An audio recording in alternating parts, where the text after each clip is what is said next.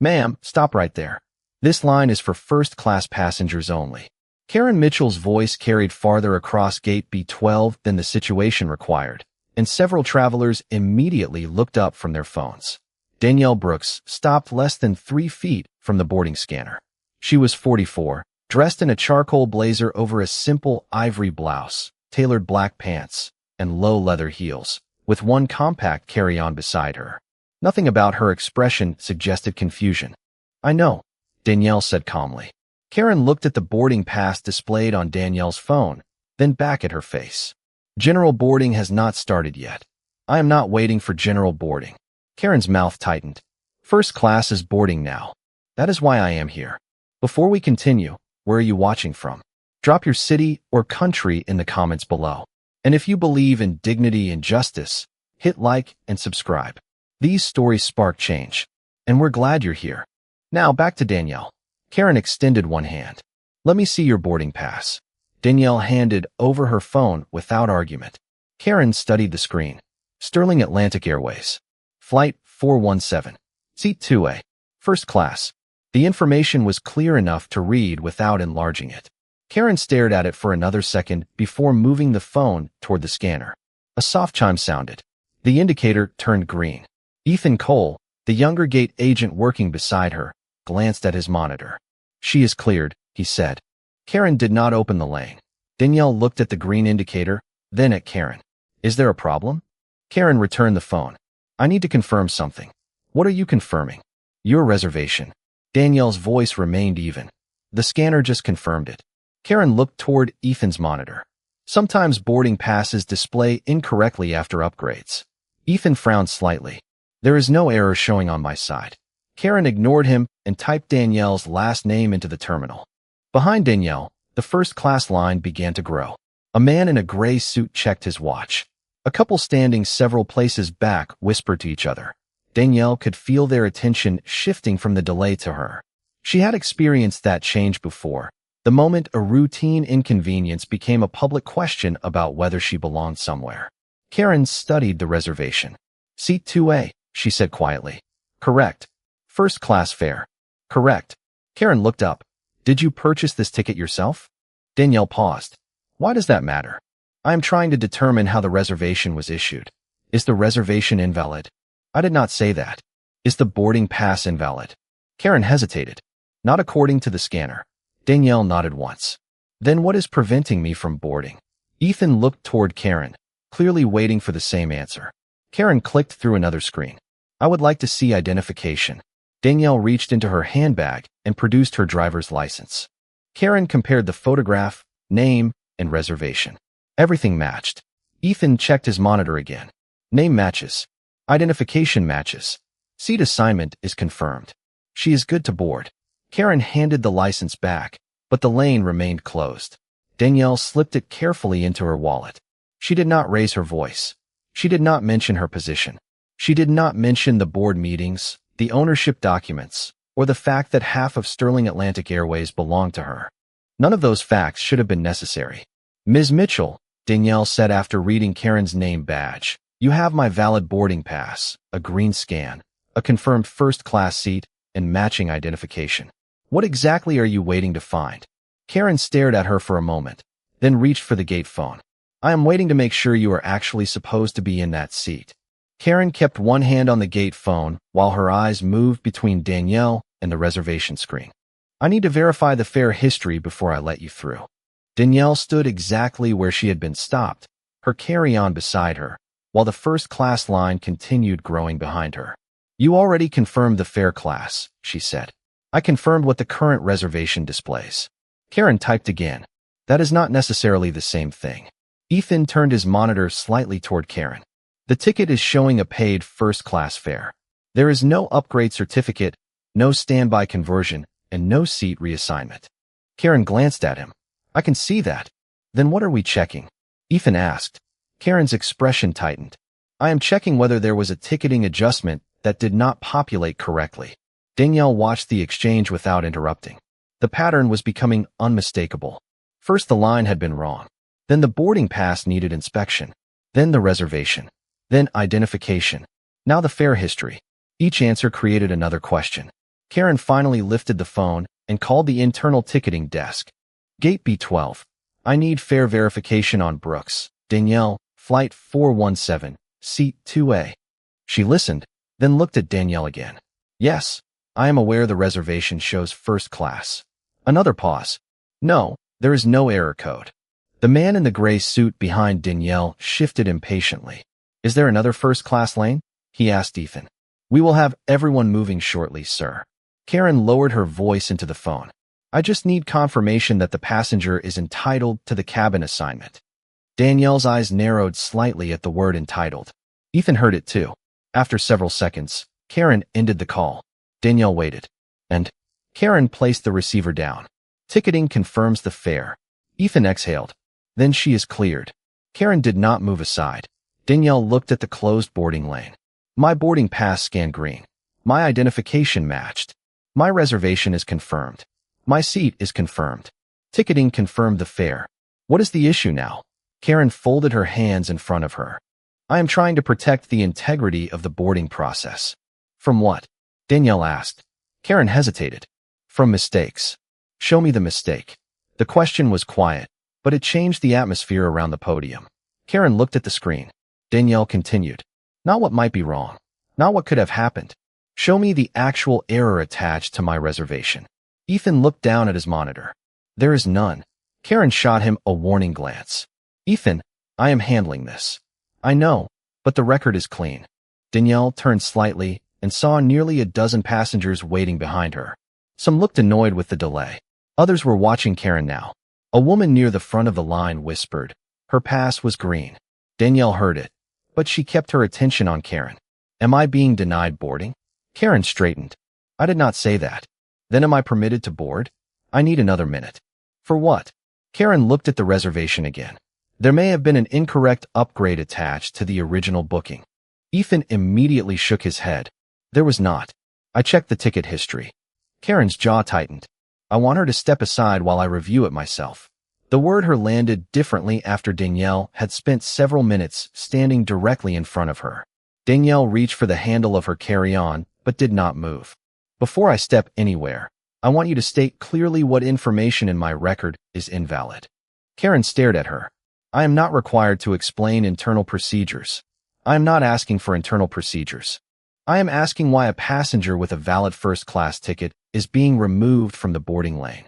Ethan looked toward Danielle, then back at his screen. His expression suddenly changed. Karen. She ignored him. Karen, there is another notation on the reservation. Karen turned sharply. What notation? Ethan leaned closer to the monitor. Executive travel authorization. Corporate protected record. For the first time since Danielle had approached Gate B12, Karen stopped typing. Karen leaned toward Ethan's monitor. Open the notation. Ethan selected the record, but the screen displayed only a restricted corporate designation beside Danielle's reservation. It says Executive Travel Authorization and Protected Record, he said. The detailed profile is restricted. Karen frowned. Restricted by whom? Corporate operations.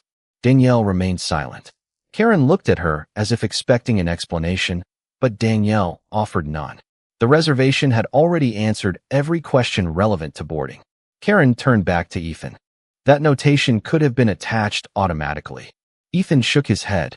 Not this one. It has an authorization number and a corporate operations timestamp from this morning. Can you see who approved it? No. My access level does not show that. Karen folded her arms. Then we still do not know why it is there. Danielle finally spoke. Do you need to know why? Karen looked at her. If I am responsible for this gate, yes.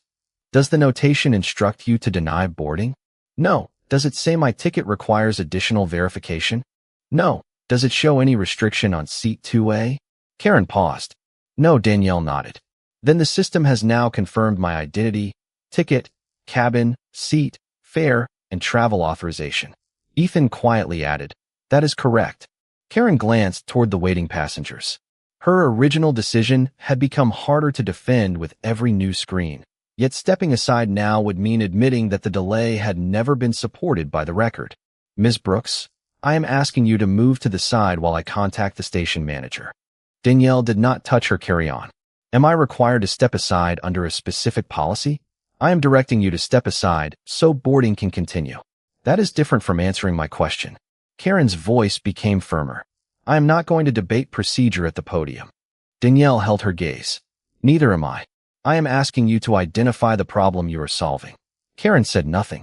Behind Danielle, the man in the gray suit spoke again. Her ticket is valid. Why are we still standing here? Another passenger murmured agreement. Karen looked toward the line. Sir, please allow us to handle the matter. Danielle turned slightly. Please do not argue on my behalf. I want the record to remain clear. The man nodded and stepped back. That response surprised Karen more than anger would have. Danielle returned her attention to the podium. I will step aside if you are formally directing me to do so, but I want the time recorded. Ethan looked at the clock on his terminal. 9:42. Karen stared at him. Danielle continued. Please also preserve the initial scan showing green, the identification verification, the ticketing confirmation, the fare history, and the executive notation. Karen's expression changed. Why would you need all of that? Because you are continuing to delay a valid passenger after every verification has returned the same answer. Karen reached for the gate phone. I am calling the station manager. Danielle moved several feet to the designated waiting area and placed her carry-on beside her. First-class passengers began passing through Ethan's scanner. Each green light opened the lane immediately. Danielle watched without expression. No second identification check. No fare investigation. No call to ticketing. No request to step aside. Ethan noticed her noticing. Then his monitor sounded a different alert. He looked down. A priority message had appeared from corporate operations. He read it twice before turning toward Karen. We have a problem. Karen covered the phone receiver. What now? Ethan looked from the message to Danielle.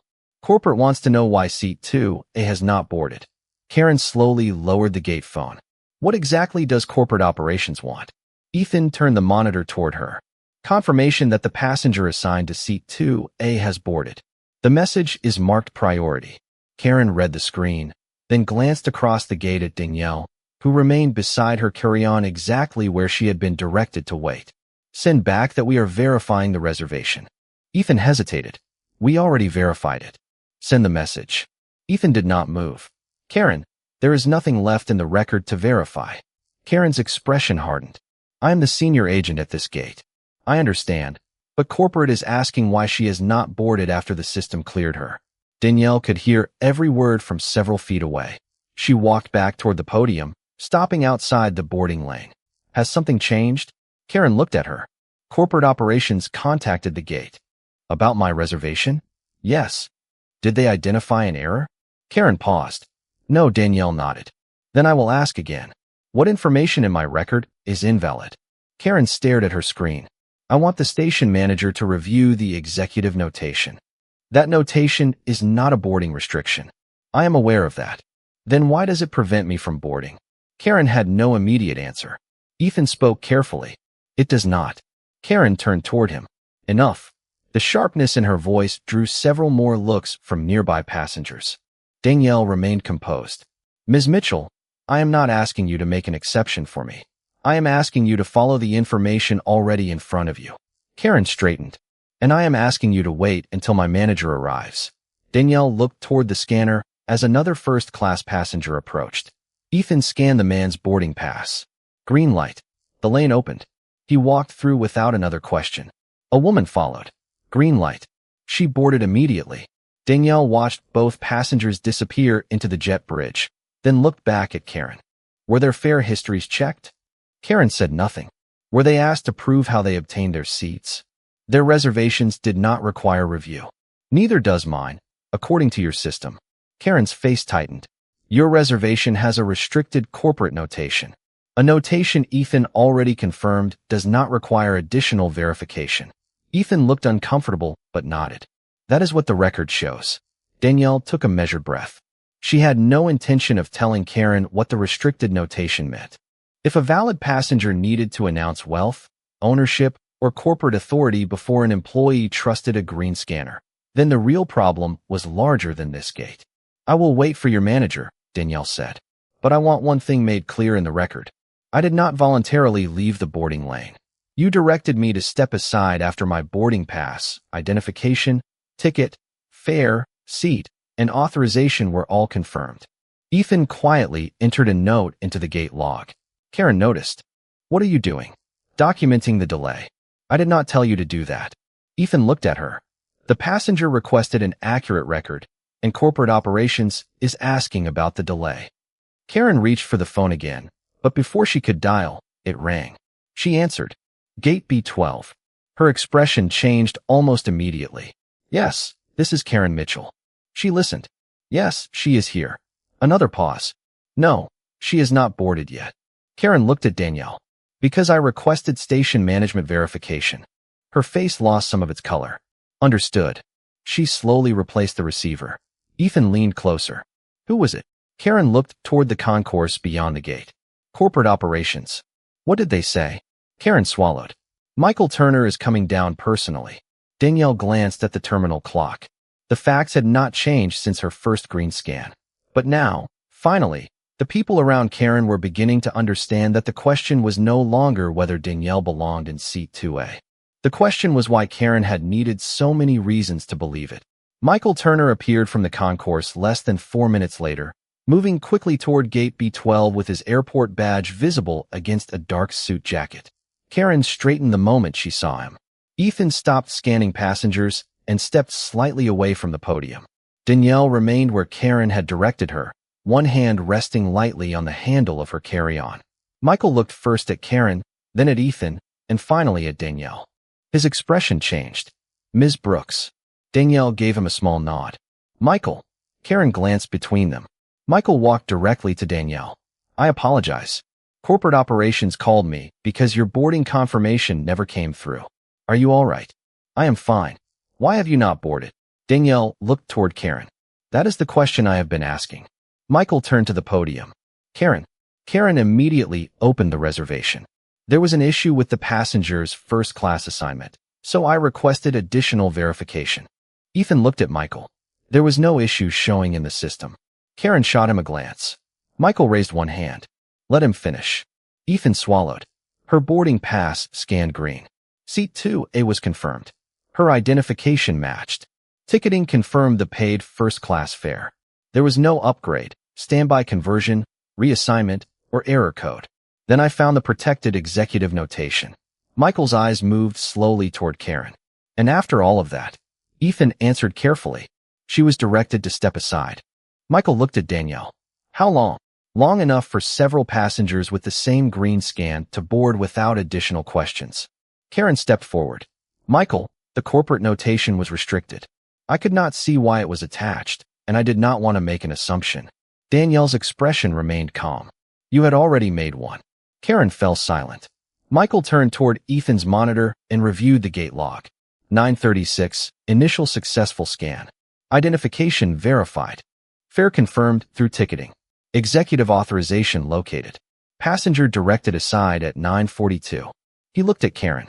What specific invalid condition were you investigating? Karen hesitated. I believe the seat might have been upgraded incorrectly. Ticket history ruled that out. Yes. Then what? Karen looked toward Danielle.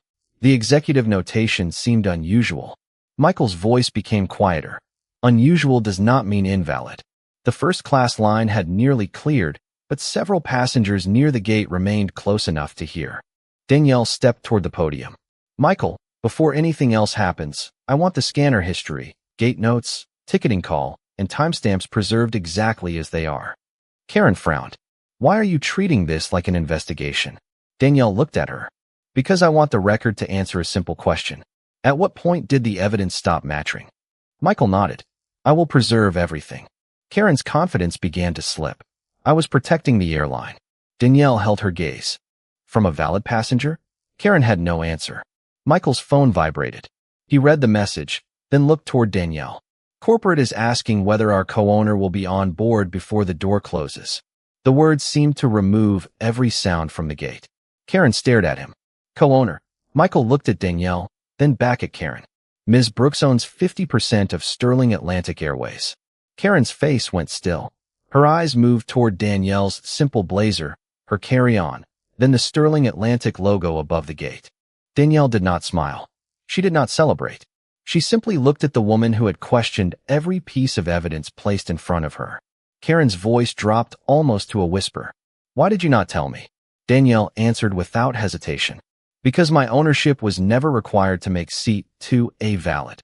Karen stood motionless as the meaning of Michael's words settled over gate B12.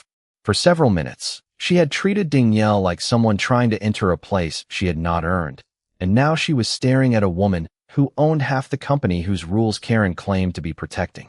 Ms. Brooks, Karen began, if I had known who you were, I would have handled this differently. Danielle's expression did not change. That is exactly what concerns me. Karen blinked. I only meant that your corporate status would have explained the notation. My status should not have changed whether you trusted a valid boarding pass. Michael remained beside the podium, listening. Ethan said nothing. Danielle continued. The scanner turned green. My identification matched. Ticketing confirmed the fare. Your own system showed seat 2A. Ethan confirmed there was no upgrade error. Corporate authorization was attached to the reservation. Which one of those facts became more true when Michael told you my name was on the ownership documents? Karen looked down at the monitor. None of them. Correct. Danielle's voice stayed controlled.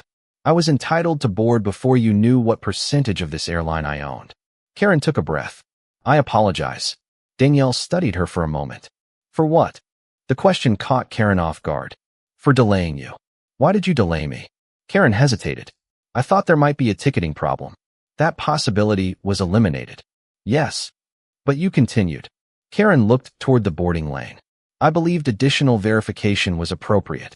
Danielle nodded toward the gate log. Then the review can determine whether you apply that same level of verification consistently. Michael looked at Danielle. I will arrange it immediately. Danielle shook her head slightly. Not because I am standing here. Follow the normal employee review process. Preserve the evidence, interview everyone involved, and let the facts determine what happens. Karen looked surprised. You are not firing me. Danielle met her eyes. I am not going to make an employment decision at a boarding gate because I am angry. Michael nodded. Karen, I need you to step away from the boarding position while we complete an initial incident report. Another senior agent will take over. Karen's shoulders lowered. Understood. She removed her gate credentials from the console and stepped aside. Danielle turned toward Ethan. You told your senior agent what the system showed, even when it became uncomfortable. Ethan looked uncertain. I was just reading the record. That was exactly what you were supposed to do. Michael gestured toward the jet bridge. Ms. Brooks, the cabin crew is ready for you. We can have someone escort you aboard. Danielle picked up her carry-on. That will not be necessary. Before she moved, she looked back at Karen. There is something I want you to understand. The problem is not that you failed to recognize an owner. Most employees will never recognize every executive or shareholder who walks through an airport. Karen listened silently.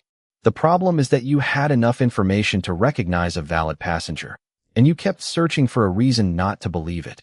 Karen lowered her eyes. Danielle turned toward Michael.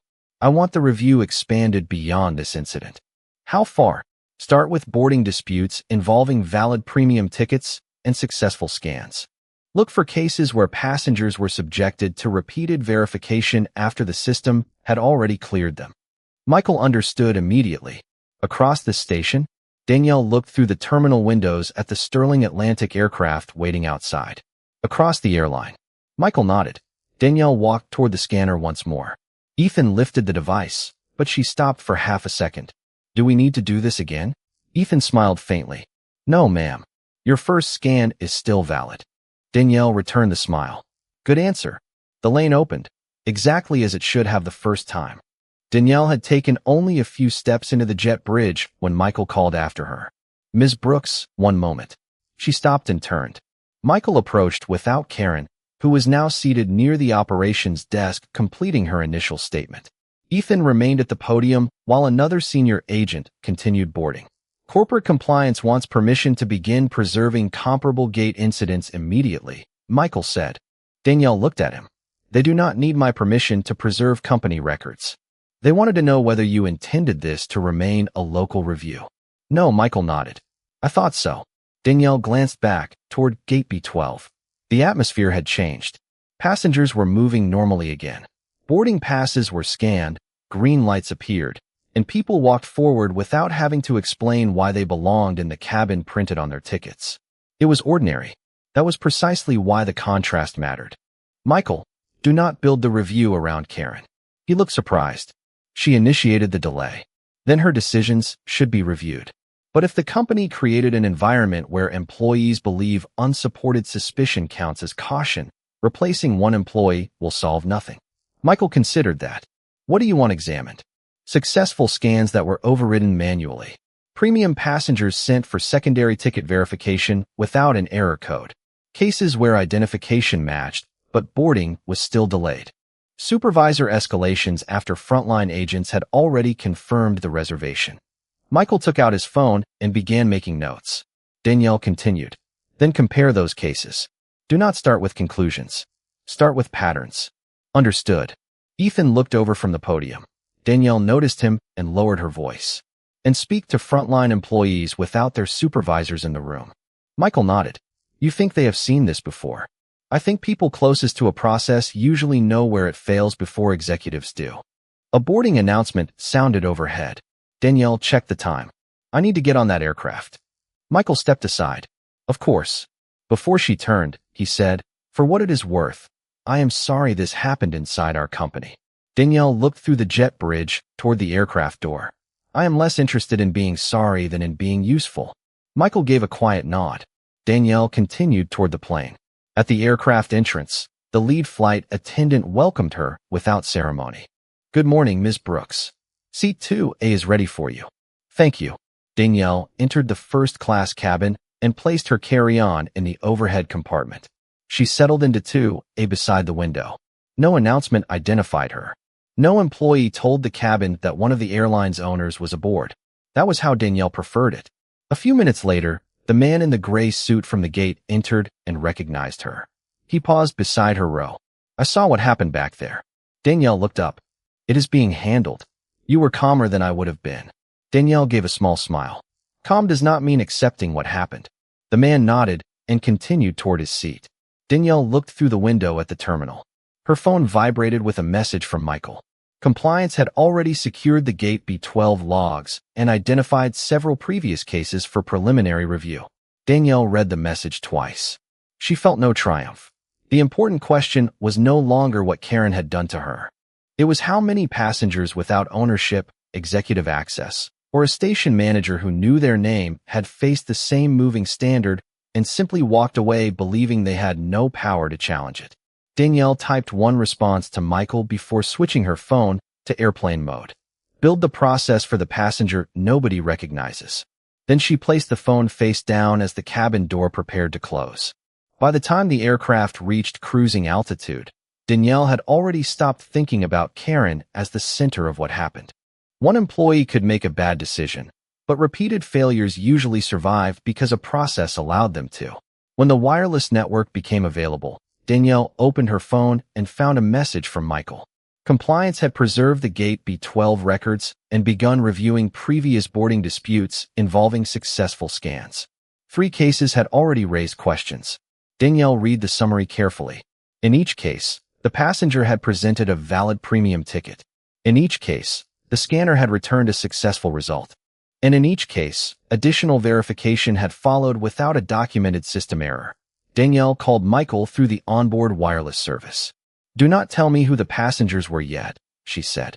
Tell me what triggered the extra checks. Michael paused. That is the problem. So far, the records do not show a consistent operational trigger. Danielle looked out the window at the clouds below. Then find out what the employees believe they were responding to. Compliance is scheduling interviews. Include the gate agents who originally cleared those passengers. Already requested. Michael hesitated. There is something else. Ethan submitted his statement. What did he say?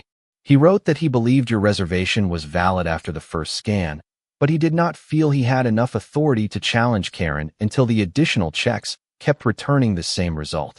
Danielle leaned back in seat 2A. That is useful. Useful. It tells us the problem is not only how passengers are treated. It is whether employees can defend correct information when someone senior disagrees with them. Michael was silent for a moment. I will add that to the review. Good. And Karen? She has been removed from gate duties pending the normal process. Employee relations will interview her tomorrow. Danielle's voice remained even. Make sure she gets the same fairness I asked for at the gate. Facts first. Understood. Danielle ended the call and opened the executive briefing scheduled for the following morning. She added one line at the top of the agenda. When does verification become suspicion? The question followed her long after the aircraft landed. The next morning, Danielle entered Sterling Atlantic headquarters carrying the same small bag she had taken through Gate B12. Around the conference table sat leaders from operations, compliance, customer experience, employee relations, and training. Michael joined remotely. Ethan had been invited for part of the meeting. Danielle took her seat without ceremony. Yesterday, my boarding pass worked, she began. The scanner worked. Ticketing worked. The reservation system worked. The failure happened after all of those systems produced the correct answer. Nobody interrupted. Danielle looked around the table.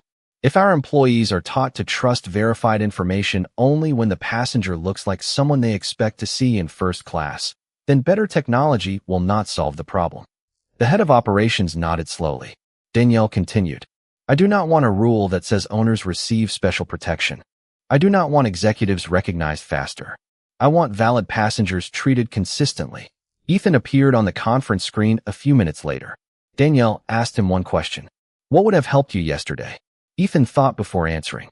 Clear authority to say the verification was complete. Danielle nodded. That answer was more valuable than any apology. She looked toward the leadership team. Then that is where we start. Outside the conference room windows, Sterling Atlantic aircraft moved across the runway below. Danielle watched one turn toward a gate and remembered the green light at B12. It had given the correct answer immediately. Now the company had to learn how to stop questioning that answer simply because the person standing in front of it did not match someone else's expectations. Over the next 6 weeks, Sterling Atlantic changed the way its gates handled verified passengers. A successful scan could no longer be overridden simply because an employee felt uncertain about whether someone appeared to belong in a premium cabin. Additional verification required a documented operational reason, and frontline agents received clear authority to rely on confirmed ticket information when no error, security concern, or reservation conflict existed. Danielle insisted that every change apply equally to every traveler. No executive exception. No owner recognition rule. No special procedure for people whose names appeared in corporate directories. Ethan helped test the new process with training teams, using what happened at Gate B12 to explain how repeated verification could become unequal treatment when the evidence had already answered the question. Karen's review was completed through the formal employee process. The records showed that she had continued delaying Danielle after multiple systems confirmed the reservation, and previous incidents revealed concerns about inconsistent judgment. Sterling Atlantic required additional training and reassigned her away from senior gate responsibilities while her performance was monitored. Danielle did not interfere with the decision. She had promised facts first, and she kept that promise even when she had the authority to demand something harsher. 2 months later, Danielle returned to the same airport for another morning flight. She wore a simple navy blazer, black pants, and comfortable leather shoes. No executive assistant walked beside her. No station manager waited at the entrance. Her boarding pass showed seat 3A in first class. At Gate B12, Ethan was working the podium with another senior agent. He recognized Danielle immediately, but greeted her exactly as he greeted the passenger before her. Good morning. Good morning. Danielle placed her phone beneath the scanner. A familiar chime sounded. Green. Ethan smiled. You are all set. Have a great flight. Danielle remained there for half a second, not because she expected another question, but because the simplicity of the moment carried more meaning than anyone around them could know. Thank you, she said. Then she walked forward. Behind her, another passenger approached. His boarding pass scanned green. He was welcomed through. Then another passenger. Another green light. Another ordinary boarding. No one was asked to explain how they could afford their seat. No one was required to prove they looked like the kind of person who belonged beyond the scanner. Danielle reached the entrance to the jet bridge when Michael approached from the concourse. He had not come to escort her. They simply happened to cross paths. The latest compliance report came in this morning, he said. Manual overrides without documented reasons are down significantly. Danielle smiled. Good. Passenger complaints about inconsistent premium boarding checks are down too. Better. Michael looked toward the gate. You changed a lot because of one bad morning. Danielle shook her head. The morning only showed us what needed changing. Michael nodded toward the jet bridge. Have a good flight, Ms. Brooks. Danielle started forward, then stopped. Michael, remember what I said the first day. Build the process for the passenger nobody recognizes. Danielle smiled. Exactly. She continued toward the aircraft and settled into seat 3A without ceremony. Outside the window, Sterling Atlantic employees prepared the flight while passengers continued boarding behind her. Danielle owned half the airline, but ownership had never been the reason her first boarding pass deserved to be believed. Seat 2A had been valid before Karen knew her name, before Michael arrived, before corporate OP.